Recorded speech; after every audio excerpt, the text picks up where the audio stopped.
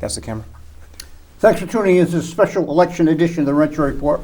Murray the Eye reporting from the city too tough to die, New London. Our special guest, and thank you for coming, is Jerry LABRIOla, who's running for Paul FORMICA's seat in the state senate.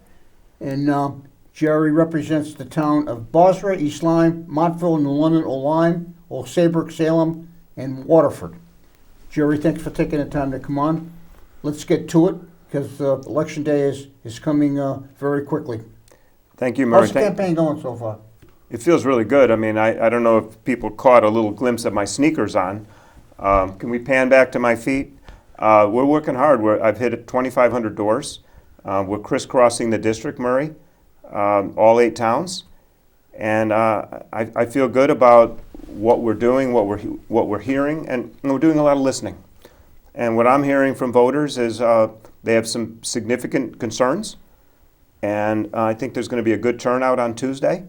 And a lot of folks, they know that we have a lot of challenges we're facing. And they are asking me if I can step up and help solve some of those challenges. Let's talk about some of the major issues as I see them. And let's start with inflation, oil, and gas. You've pledged to work to make us energy efficient and reduce our costs. How would you do that, and what are your thoughts on that? Well, I think that just falls within the category of a high cost of living that we're all facing. And so I would always support policies that can reduce the high cost of living, reduce taxes, reduce the inflation rate. There's no single silver bullet right now, Murray, that's going to do that. But we have a whole array of choices we can make that can help reduce costs. And as a state senator, I'll go to Hartford. I'll work with our local leaders here in the district, and we'll look at how I can be helpful and how I can support legislation to bring down the high cost of living here in Connecticut. President Eversworth, as early as this morning, announced that gas rates are going to be going up, and we may have continuing blackouts with this lack of natural gas, the source of gas. What could you do as a senator to make that happen or make things better? It's a big source of frustration. I hear a lot about this at people's doors. Some people in the know that the power purchase agreement with Millstone has turned out to be quite successful, and they are churning out energy at a reasonable cost, but it never seems to flow through all the way to Eversource. And there's a lot of reasons for that. There's a convoluted policy formula that my friends in the Democrat Party seem to be pushing. There's a lot of policy taxes that could be removed, like day one, which would reduce electric rates by 10%. And that's what people want. They hear about good things going on at Millstone, which is right here in the district, which has the potential to be the carbon-free energy hub of New England if everything falls into place. I'm a big supporter of renewable energy. And so this is the kind of work we're going to have to do to find a way to have what ultimately the ratepayers have to pay to be commensurable with what's going on at Millstone. Now, Paul FORMICA's been working for those same goals for how many years, Paul? Well, I'm finishing my 4th term in the Senate. That's 8 years, and I've been on the Energy Committee that whole time. And, Millstone was a big part of what I was pushing. And what was interesting is the Democrats were against Millstone and keeping that open for 4 years. And the opponent that Jerry's running against has openly come out and said she was against Millstone getting a power purchase agreement. Yet that power purchase agreement is at 5 cents. The standard rate is at 12. Eversource is selling that power on the open market. They're taking that money, feeding it back to the ratepayers, and they've just announced that it will be a $10 a month benefit to all of the ratepayers. And it keeps Millstone open, who supplies 45% of our power. And that's why it's important we get Jerry elected. But I got to remind you, Jerry, and correct me if I'm wrong, Paul, this all started with deregulation, I don't know how many years ago, which was driven by the Democrats. When they were going broke in California, deregulating, Connecticut decided to deregulate. It's been going downhill ever since. Electricity leaves Millstone at 9 cents per kilowatt hour. 5.9. 5 cents. It's even worse. And by the time they get done with that modern math, those accountants use from Eversource, it comes out as the 4th highest ratepayer in the United States of America. It's got to stop. It's ridiculous, and it's all a result of bad government. And you know where those politicians that drove that are now? They're in Florida. Well, that was Melody Peters, who was the Democrat senator in my seat, and the one that I hope Jerry wins on Tuesday to set that up. But, you know, there's a way, if you look at abetterwayct.com, that's Senate Republicans' ideas moving forward. Jerry is a big part of those ideas, and he wants to move forward. And I know we have limited time today, but abetterwayct.com, we have lists of policies and initiatives that we're going to do, and Jerry's going to do. And the other side, we haven't seen any policies. We've only seen negative advertising on their part. Now, you're doing a lot of door-to-door, Jerry. I know that. What are the people you're talking to? What are they saying? Am I that far off base with my thoughts? Well, Murray, we burst into the show so fast here right out of the gate. We didn't even mention that we do have Senator Paul Formica, retiring state senator, with us today. And I want to just say to all the viewers how much it means to me to have Paul's support and his guidance and his mentorship as I've embarked on this campaign. What I'm hearing at the doors are, again, a lot of concerns. Folks are unsettled right now about the cost of living, about a whole host of issues, Murray. But I'm doing a lot of listening, and we are connecting in many ways with voters because they know that I'm there at their door. I care. My opponent, on the other hand, has built her entire campaign on negativity. And it's right out of the typical Democrat playbook. What she's saying is, or what they are saying, the Democrat Party, George Logan is an extremist, Bob Stefanowski is an extremist, Jerry LaBriola is an extremist. The only thing we know for certain is that our economy, our crime rate, our taxes, our inflation rate are extremely bad. That's the only extreme I know right now. I'm not an extremist.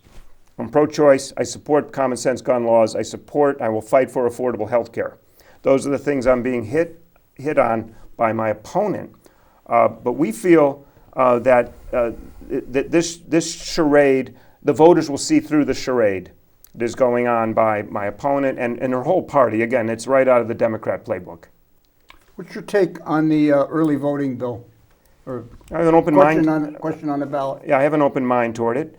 Certainly, we'd want to see if the voters see their way clear to approving the constitutional amendment. We certainly would want to look at making sure there's safeguards and it's rolled out appropriately. And how early is early? And I don't want to talk like a town clerk right now, but there's a lot of technical questions on how, in fact, that would be executed upon or offered to the voters. But I certainly have an open mind toward it. I'm leaning toward voting yes. What's the difference between absentee voting and early voting? Well, I mean, Paul can jump in. My wife is a former town clerk for 15 years, so kind of lived it close up. She did the 2020 presidential election, which had the challenges of the pandemic. No excuse absentee balloting absentee ballot still has a process of having to apply for it and get one back in the mail, and it's a little bit more tedious than probably just turning up at the town hall and voting early. And what's the general consensus of the people you're speaking with? It seems to me folks want the option. Looking at the doors I'm at, I run into people that tell me they already voted for me. Some people have said to me, darn. I did that. Yeah, there's a few people have said, darn, you seem like a nice guy. I wish I hadn't voted already because I didn't vote for you. So I've had to endure that a little bit. So some folks are taking advantages of, listen, people have busy lives. They have to travel. They may have medical issues. They may not be as ambulatory as they want to be or used to be. So, the one thing about absentee balloting is something is sent to your house. Early voting, I think Paul, correct me if I'm wrong, I think you probably have to show up somewhere and vote early. But I'm not positive on that. Well, there's a couple of different things. Absentee ballots has existed for a long time. If you're going to be out of town, if you're not feeling well, or if you have an obligation that precludes you from being there, you can apply for an absentee ballot through your town clerk. and they'll mail it to you. You fill it out and mail it back by a date. COVID changed the game a little bit, and the Democrats in power kind of used that as an opportunity to get more votes. And you'll remember the Secretary of State sent 1 million or 2 million absentee ballot applications out to lists throughout Connecticut that were not vetted, and there were hundreds, over 100,000 of bad names on there, and that all needs to be cleaned up. But I think 80 or so % of the people in Connecticut want to vote easily and early, right? I mean, it's just the way our life is. So we just have to find a way, to Jerry's point, what are the safeguards? How do we do it? How do we blend the ability to vote absentee without excuse into an early voting opportunity? And I think with Jerry's leadership, we're going to be able to do that. You know, Jerry, I've been friends with Paul for a long time. He looks 20 years younger now that he's knowing his last day is coming to an end, where he's going to be spending time with his grandson. So I don't know if this is going to be if it's going to be a graduation for you, a promotion, or what. How's your wife feeling about this thing? Listen, we're all in on taking advantage of this great opportunity that I've been given. I'm humbled by it, to be able to seek this high office. Again, it's a blessing to have Paul's support. He just got back from Florida, so he does have a little color in his face, and he looks relaxed. I'm glad to see. We talk, almost every other day, and he's coaching me up good. And there's a lot to learn, but my wife and I have been around politics for most of our adult lives, and I feel she is the treasurer in the town of Old Saybrook, former town clerk. We feel comfortable that I could take on this challenge and this new office and give it a lot of vigor and our full dedication. And I'm ready to hit the ground running day one. We meet every morning with the American Italian Association for coffee, and I am convinced that most of the people are very uninformed and don't know anything about what's going on in Connecticut or world policies. How do you attribute the people you're talking with involvement with the election and the real issues? Well, that's an interesting question, Murray.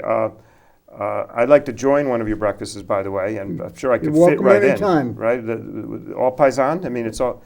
Well, no, we have social members, but okay, it's all good. Right now, we probably are reaching the point of some fatigue. Voters, I mean, they've been bombarded by advertisements that started like in May.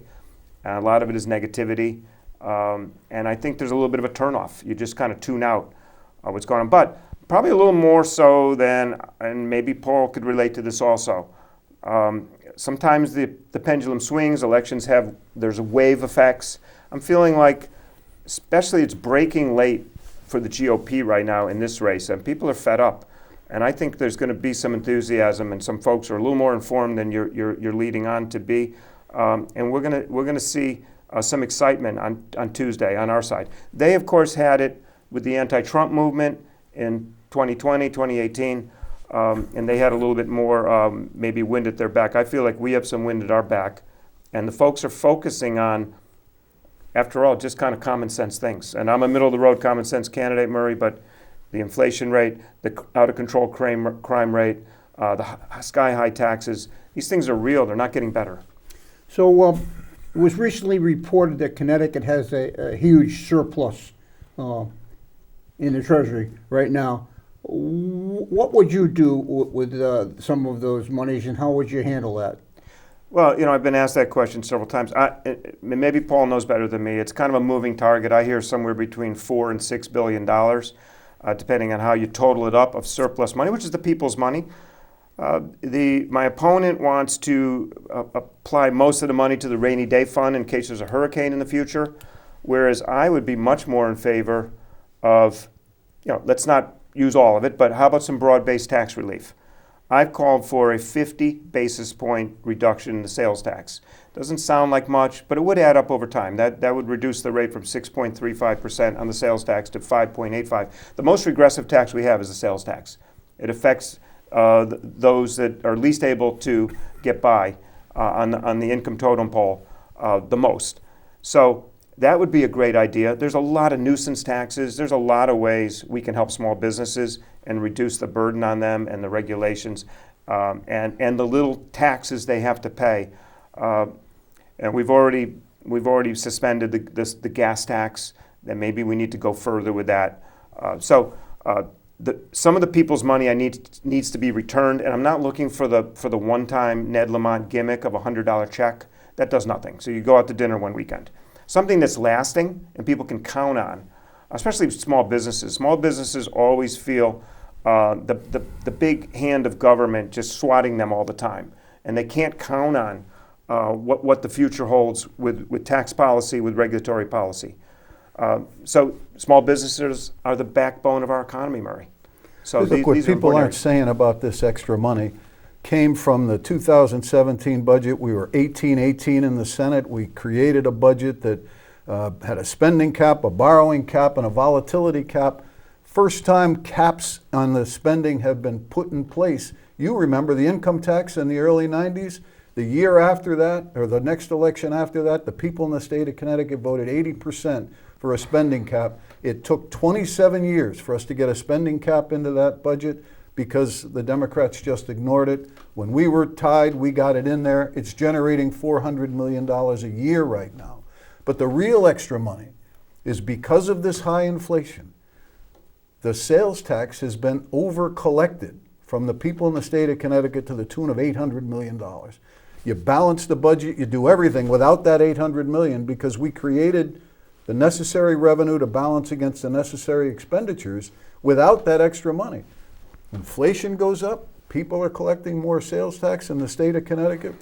It's budget neutral if we find ways to return that over-collected money to the people in the state of Connecticut. You want to close out now, or do you want to continue for 10 minutes with Paul? I'd be happy to chat with Senator FORMICA. All right, I got to go get my grandson. I apologize. What a show. This is great. The host just has to... Well, I know it's very rude of me, but my grandson comes first. It's okay. Family. I wish you good luck. Family You got comes my first. vote, and best of luck. Appreciate that very, very much. We'll talk soon. All right. Thank you, Paul. So we'll just wrap up. We'll let Jerry talk a little bit. Take as long as you want. We'll talk. I think maybe we may consider taking over the show. Absolutely. Usually I put everybody to sleep, so it'd be a good thing. All right, great. Thank you, Murray. Drive safe. Thank Be you, good. Is this yours, Murray? Oh, thank you, yeah. I'll be Okay. back for that. Thank you. All right. All right, live TV. This is great. Yeah. So we're here. We're taping this show. Murray had to leave, and we're just going to wrap up. I just wanted to give Jerry an opportunity to talk about his great family. You know, he's got a wonderful wife and 4 great daughters. And how many grandchildren? Well, we're at 5 right now, Paul, with 1 on the way, and it's absolutely a blessing. And a lot of the reasons why I think you want to get involved in public service. You want your grandkids to be able to live in Connecticut and be able to prosper.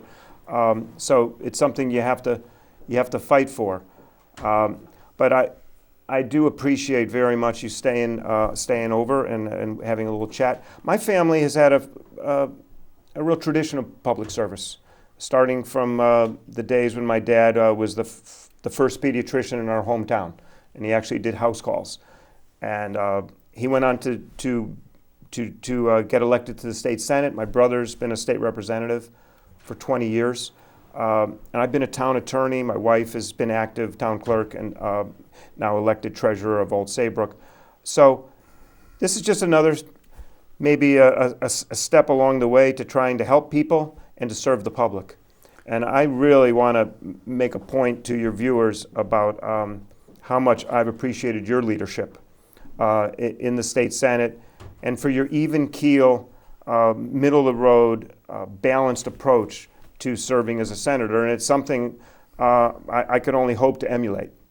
Well, and I'm sure you can. We know that your opponent will not emulate, will not work with both sides of the aisle, and that's not how you get things done. You know, when they talk about extremists on the Democrat side and they accuse us of extremists being extremists, it's only a political strategy. There's no basis in truth.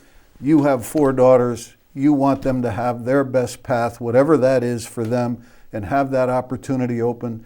and your wife and family and grandkids you want to make sure is protected.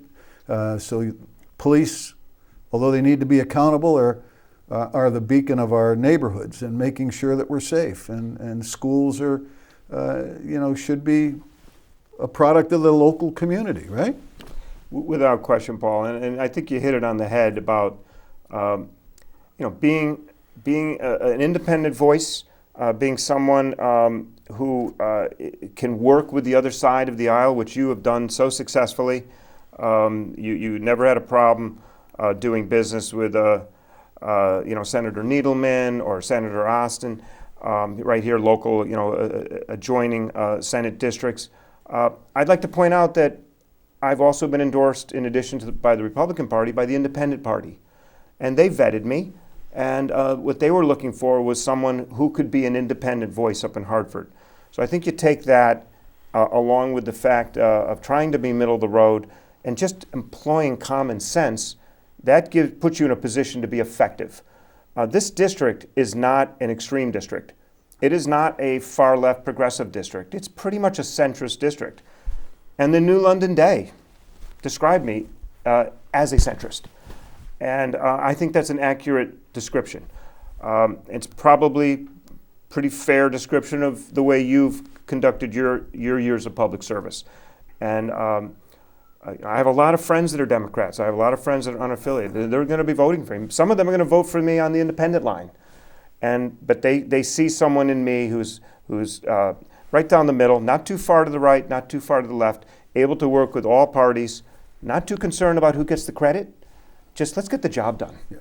And that's all it is. It doesn't matter who gets the credit as long as the people in the district and the state of Connecticut benefit.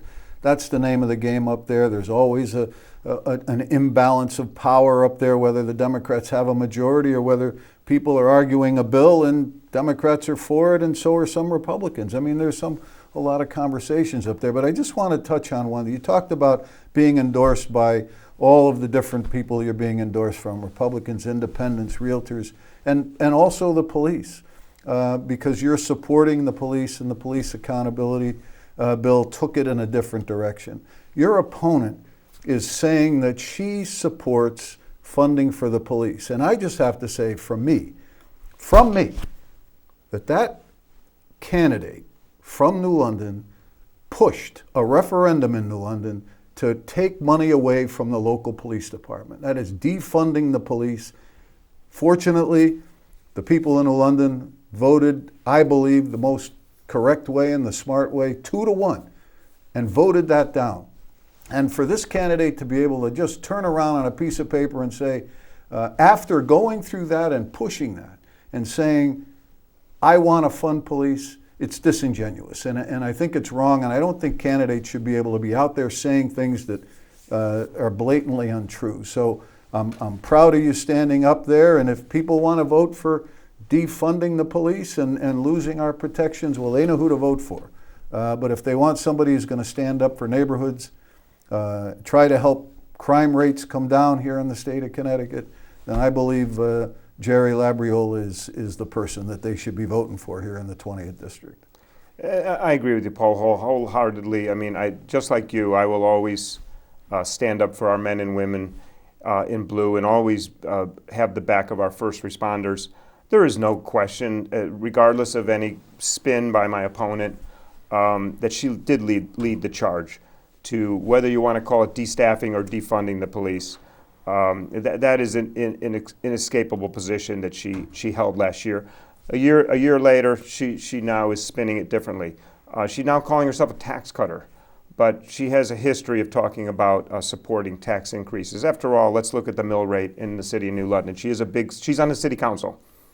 And when I do doors in New London, the number one reaction I get from people is the taxes are too high in New London. So she has to own that. She's part of their government. Yeah.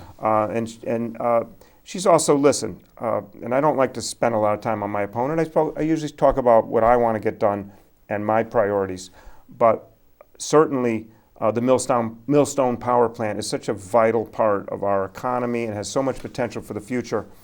And you know very well that my opponent certainly took a position counter to yours, several years back with regard to whether Dominion would stay here in Connecticut. So I'm sure she's looking to spin that in a different way. But you can't really run from the facts. The record is clear. The choice, I think, is clear. And I don't know if we're going to be wrapping up right now. If we are going to be wrapping up, then I would just like to turn to the camera and humbly ask all of your viewers, all of you, to vote for me, Jerry LABRIOLA, on November 8th for State Senate and the 20th Senatorial District. Paul, thank you for filling in for our host who had to skedaddle. And it's been really an enjoyable interview. And I look forward to serving everyone that's watching today. I guess it would be tonight when you watch it. And I very much appreciate the support and the backing I've gotten from, and the great leadership that all of us have received from Senator Paul FORMICA. Well, and I just want to say, thank you as I kind of get my way out of a life of public elected service, 31 years, and the great 8 years that I've been able to spend in the Senate. I'm wholeheartedly behind Jerry's candidacy, and I think he's the right person for the job. I know he's got the opportunity and the desire to go up there and to work together with people and get jobs done. So I'm happy to be here with you. Please, on November 8th, vote for Jerry. Look at the people in the Republican ticket, up and down the Republican ticket, and don't listen to what the other side wants to say and say that this is what they are, that this is what they believe in based on some national issue. Look at each one on the line. We have great candidates coming up on the Republican line. Bob Stefanowski, Mike France, Holly Cheeseman, Kathleen McCarty, you name it. We have some great people, some open seats for state government, our comptroller, Secretary of State. We have opportunities to kind of blend the balance of power together here in the state of Connecticut, and I think the people will benefit. So for my friend Murray Renshaw, Murray the Eye, who always likes to say, New London, a city too tough to die, I want to thank you for letting us be here today, and we'll see you next time. Hopefully Murray will have us back. Thanks, Senator. Jerry. Good luck. Thank you. It means a lot to me. Goodbye, everyone.